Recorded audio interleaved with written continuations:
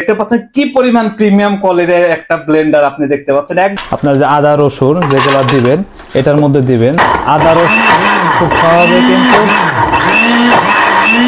ঢাকনাটা আমরা ঢেকে দিছি। ঢেকে দেওয়ার পর আমরা করতে পারবেন অথবা আপনি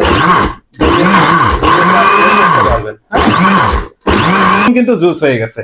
সো এখন আমি এটাকে আপনাদের দেখাচ্ছি, এটাকে জুসটা কি কেমন হয়েছে আপনাদেরকে আমি দেখাবো। এখন আমি আপনাদের দেখাচ্ছি জুস কি পরিমাণ জুস হয়ে গেছে।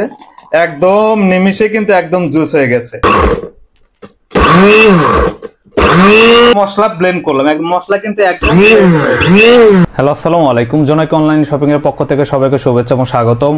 আমার হাতে দেখতে পাচ্ছেন এটা নোভা 3-in-1। এখানে কিন্তু আপনি এটা জুসের জন্য পাবেন, যেটা 1.5 লিটার অর্থাৎ 1.5 লিটারের জুসের জার, এবং এটা পাবেন একটা মশলার জার, এবং এটা ভেজা মশলা এবং এটা শুকনো মশলা।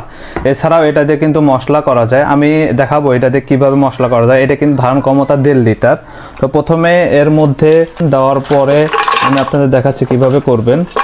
তো এটা দেওয়ার পরে হালকা করে একটু পানি দিবেন।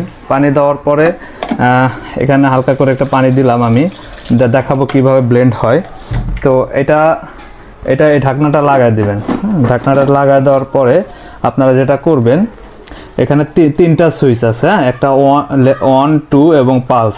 তো আমরা যখন প্রথমে যদি আমরা এটা দিই, দেখতে পাচ্ছেন এটা কিন্তু, অথবা আপনি দিয়ে করতে পারেন,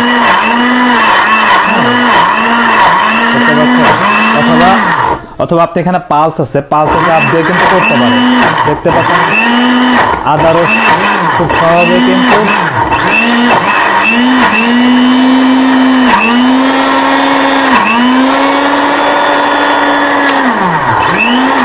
আপনি যত খুশি তত কিন্তু ব্লেন্ড করতে পারবেন।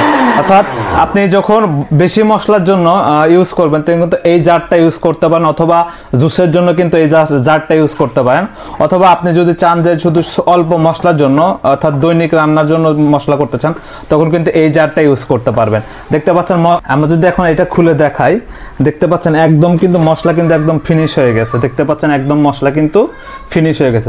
কিভাবে আপনি জুস ব্লেন্ডার করবেন দেখাবো আপনাদেরকে। দেখতে পাচ্ছেন এখানে আপেল দিয়েছি, ড্রাগন ফল দিয়েছি, মালটা দিয়েছি, মালটা আপেল, তারপর আমি কলা দিব একটু। কলা দেওয়ার পরে হালকা একটু আমি এখানে পানি দিব। তো একটু পানি দিব যাতে ব্লেন্ডটা ভালোভাবে হয়। তো এটা এরকম ভাবে একটা পানি দিব। দেখতে পাচ্ছেন আপনাদের যতটুকু পানি দরকার ততটুকু করতে পারবেন। তো এটা করার পরে এখন ঢাকনাটা আমরা ঢেকে দিব।